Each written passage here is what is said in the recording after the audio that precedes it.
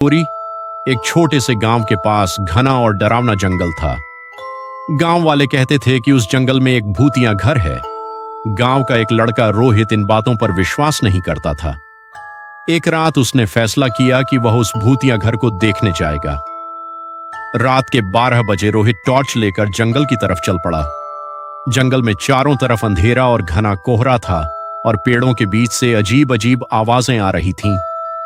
थोड़ी देर बाद उसे दूर एक पुराना टूटा हुआ घर दिखाई दिया। वह घर बहुत पुराना और डरावना लग रहा था। रोहित धीरे धीरे उस घर के पास पहुंचा। दरवाजा आधा खुला था और हवा में धीरे धीरे हिल रहा था।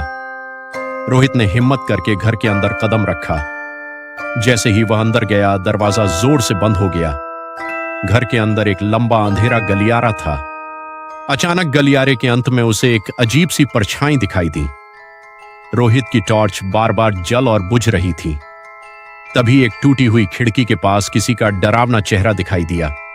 एक पुराना दरवाजा अपने आप धीरे धीरे खुलने लगा। रोहित को महसूस हुआ कि उसके पीछे कोई खड़ा है।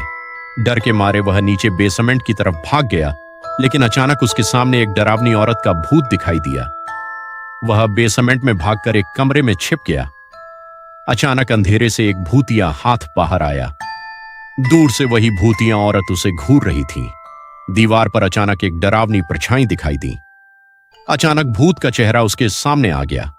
डर के मारे रोहित पुराने फर्नीचर के पीछे छिप गया, लेकिन भूतिया औरत धीरे धीरे उसकी तरफ चलने लगी। घर के सारे दरवाजे अपने आप खुलने लगे।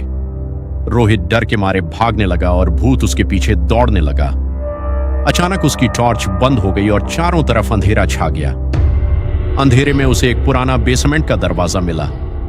वह धीरे धीरे सीढ़ियों से नीचे उतरने लगा। नीचे चारों तरफ जंजीरें लटक रही थी। जंजीरों के पीछे वही भूतिया औरत खड़ी थी।